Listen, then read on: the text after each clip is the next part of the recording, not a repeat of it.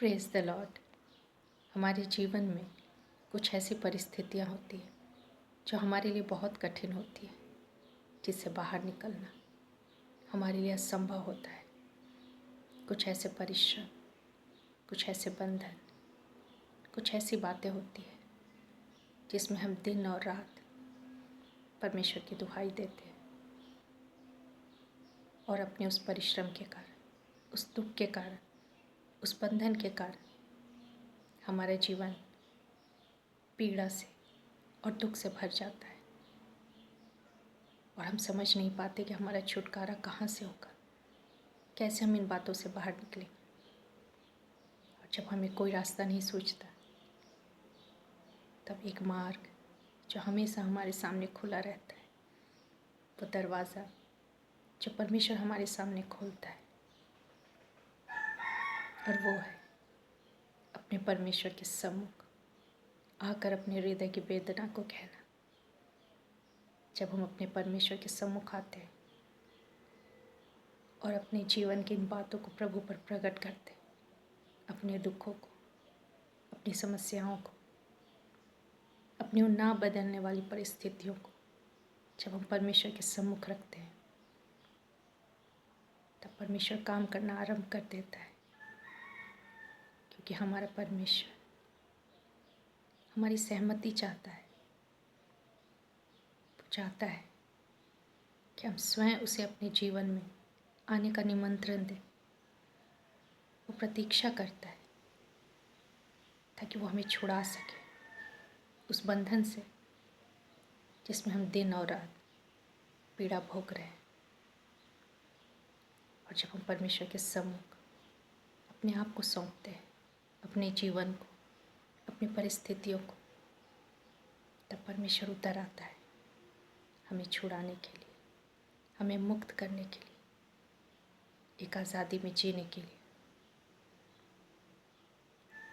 लेकिन उसके बाद हम देखेंगे कि हमारी समस्याएं और बढ़ रही हैं।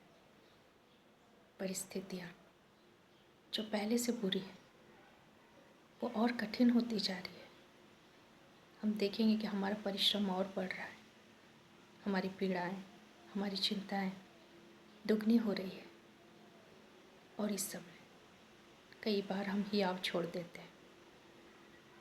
कई बार हम ये सोचने लगते हैं कि हमने परमेश्वर के सम्मुख तो अपनी समस्याओं को रखा था, पर उसका उत्तर मिलने के बजाय, उसे बाहर आने के बजाय हम और इसमें फंसते जा रहे हैं। हमारी समस्याएं और बड़ी होती जा रही है, हमारा दुख और बढ़ रहा है। लेकिन जब हम परमेश्वर के वचन को पढ़ते हैं, तब परमेश्वर हम पर प्रकट करता है कि वो क्या कर रहा है। जब हम बाइबल में से निर्गमन की पुस्तक को पढ़ना आरंभ करते हैं, तब हम वहाँ पे देखते हैं कि इज़राइली लोग जो 400 सालों से, लगभग 430 सालों से मिस्र के गुलामी में थे, और वहाँ उनसे कठिन परिश्रम कराया जाता था। वो दासों के समान वहाँ पे दिन और रात कठिन परिश्रम करते थे, और उनका दुख इतना बड़ा था कि वो परमेश्वर को दुहाई देने लगते हैं, क्योंकि उनकी सुधि लेने वाला कोई नहीं था। तब परमेश्वर उतर आता है उनकी परिस्थितियों में, और वो मूसा को मिस्र भेजता है ताकि वहाँ के राजा से वो बात कर सके। परमेश्वर की एक योजना थी कि वो अपने प्रजा को उस गुलामी से बाहर निकाले। परमेश्वर एक योजना के तहत काम कर रहा था। और हम देखते हैं कि जब मूसा और हारून फिरौन के सामने जाते हैं और इज़राइलियों के लिए वो मध्यस्थता करते हैं, उनके लिए वे बिचवाई करते हैं कि फिरौन उन्हें जाने दे, तब फिरौन कहता है कि मैं उन्हें जाने ना दूंगा, लेकिन इसके बदले वो इज़राइलियों को परिश्रम को और बढ़ा देता है। वो और कठोरता से उनसे बर्ताव करता है, और वो आज्ञा देता है कि इज़राइली जो मिस्र में गुलाम थे और जिनका जीवन कठिन परिश्रम से भरा हुआ था, उनके लिए वो आदेश देता है कि ईंटें बनाने के लिए उन्हें पुआल ना दिया जाए। अब उन्हें खुद से पुआल भी ढूंढना है, ईंटें भी बनानी है, लेकिन ईंटों की संख्या कम नहीं होनी चाहिए। और पूरे इज़राइली लोग यहाँ वहाँ भटकते हैं ताकि वो पुआल और खूंटी को खोद सके, लेकिन वो इस संख्या को पूरा नहीं कर पाते जो वो प्रत्येक दिन बनाते थे। और इसके द्वारा उनका जीवन और कठिन हो गया। तब जो इज़राइली के ऊपर सरदार ठहराए गए थे, वो मूसा और हारून से कहते हैं कि तुमने तो हमारे परिश्रम को और बढ़ा दिया। यहोवा परमेश्वर ने हमारे साथ ये क्या किया है, हमारा दुख तो दुगना हो गया है। तब मूसा भी परमेश्वर के सम्मुख जाता है और दुहाई देता है कि तूने अपनी प्रजा से ऐसा व्यवहार क्यों किया। उनका दुख तो और बढ़ गया है, अब तो वो और भी कठिन परिश्रम कर रहे हैं और उनकी पीड़ा घटने के बजाय और बढ़ गई है। हम भी कई बार परमेश्वर के सामने इसी तरह से आते हैं कि प्रभु, हमने तो प्रार्थना की थी कि मेरे जीवन से ये तकलीफ़ चली जाए, मेरे जीवन से ये कर्ज चला जाए, ये बीमारी चली जाए, ये परिस्थितियाँ बदल जाए, लेकिन ये तो और विकराल हो गई है, ये और भी भयावह हो गई है। क्योंकि जब हम उस बंधन से छूटने का प्रयास करते हैं जो दुष्ट हमारे ऊपर लेकर आता है, तब वो कहता है मैं इन्हें जाने ना दूंगा, और वो हमारे बंधन को और बांधता है, वो हमें और तंग करता है और हमारे ऊपर बोझ डालता है ताकि हमारा हियाव टूट सके। शैतान जानता है कि वो परमेश्वर से जीत नहीं सकता, इसलिए वो हम पर निशाना लगाता है कि किसी तरह हमारा विश्वास जो परमेश्वर पर है वो टूट जाए, हमारा विश्वास जो प्रार्थना पर है वो खंडित हो जाए, हमारा जो भरोसा परमेश्वर के वचन पर है वो संदेह में बदल जाए। और इसीलिए वो हमें और अधिक बांधने का प्रयास करता है और पीड़ा देने का प्रयास करता है, हमारे दुखों को वो और बढ़ाता है, क्योंकि उसे पता है कि यदि मैं मनुष्य के मन में परमेश्वर के लिए अविश्वास ले आऊँ तो मैं जीत सकता हूँ।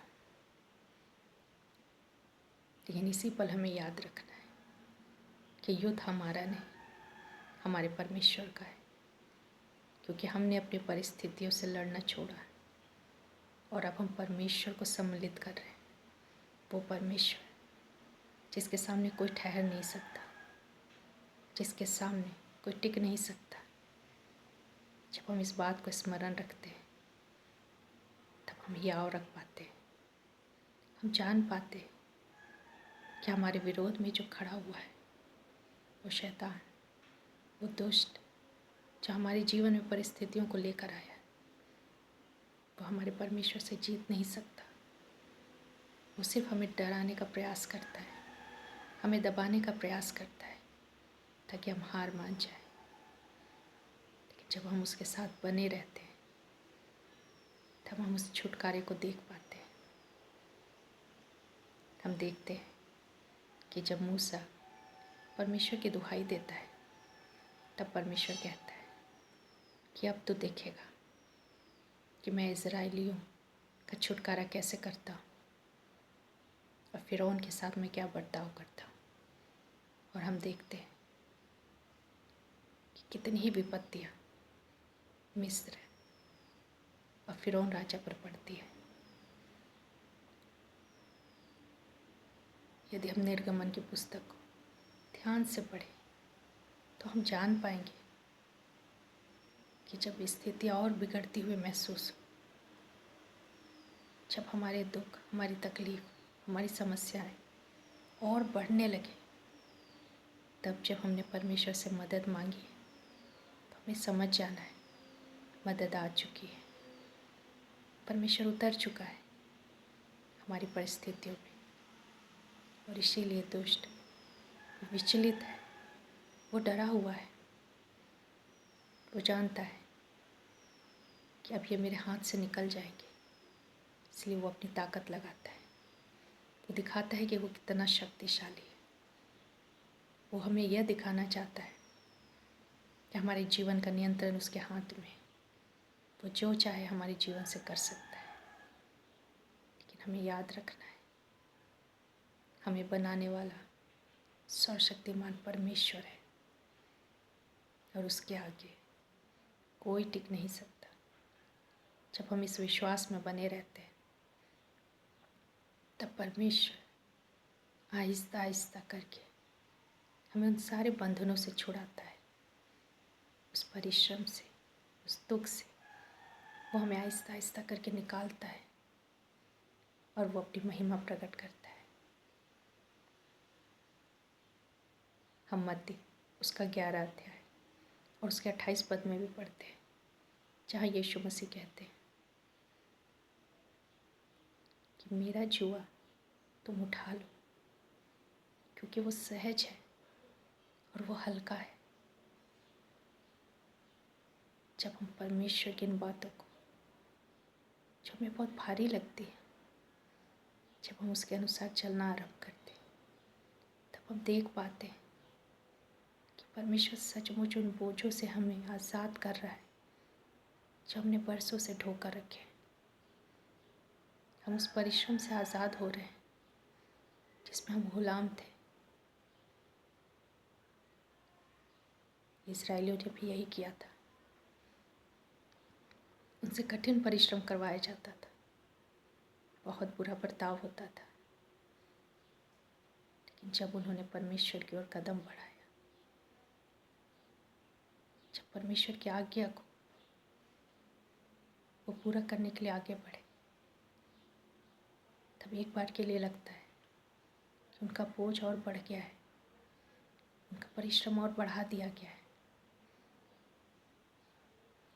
लेकिन वचन हमें बताता है कि जब हम परमेश्वर की बातों को सुनते हैं और उसके अनुसार चलते हैं, एक पल के लिए वो हमें जुए के समान लगता है, बोझ के समान लगता है। लेकिन जब हम उसे उठा लेते हैं, तब हम महसूस करते हैं ये बहुत हल्का है उस परिश्रम से जो हम पहले कर रहे थे। और परमेश्वर हमें आज़ाद करता है, क्योंकि यीशु ने कहा, हे सब परिश्रम करने वालों और बोझ से दबे हुए लोगों, मेरे पास आओ, मैं तुम्हें विश्राम दूंगा। हम लोग बहुत तरह के बोझ से दबे हुए हैं, कई प्रकार की गुलामी से। लेकिन जब हम परमेश्वर के पास आते हैं, वो हमें विश्राम देता है। दुष्ट का यही काम है, बांध कर रखना, परिश्रम से दबा कर रखना, ताकि हम कभी कुछ और सोच ना पाए, ताकि हम कभी प्रभु के पास ना आ पाए, ताकि हम कभी प्रभु की सेवा ना कर पाए। फिरौन ने भी मूसा और हारून से यही कहा कि मैं इज़राइलियों को जाने नहीं दूंगा।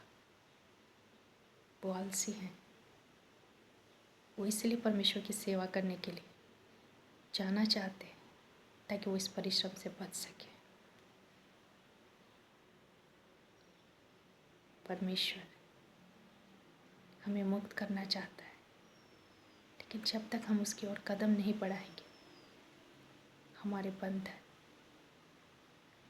छूटेंगे नहीं, हमारा परिश्रम हमसे उतरेगा नहीं और हम और भी दबते जाएंगे। फिरौन चाहता था कि इज़राइली जीवन भर उसी की सेवा करते रहें। वो कहता है कि कौन है यहोवा, मैं उसे नहीं जानता और मैं इज़राइलियों को जाने नहीं दूंगा। वो आलसी हैं और इसीलिए वे कहते हैं कि हमें 3 दिन के मार्ग पर जाने दें। ताकि हम यहोवा की सेवा कर सकें, उसकी आराधना कर सकें। शैतान का यही उद्देश्य है कि हम कभी परमेश्वर की आराधना ना करें, कभी उसकी सेवा ना करें। इसलिए वो हमें ऐसे बोझ से, ऐसे परिश्रम से दबा कर रखता है ताकि हमारे पास और किसी बात को करने का समय ना हो, ताकि हमारे पास कुछ और सोचने का समय ना हो।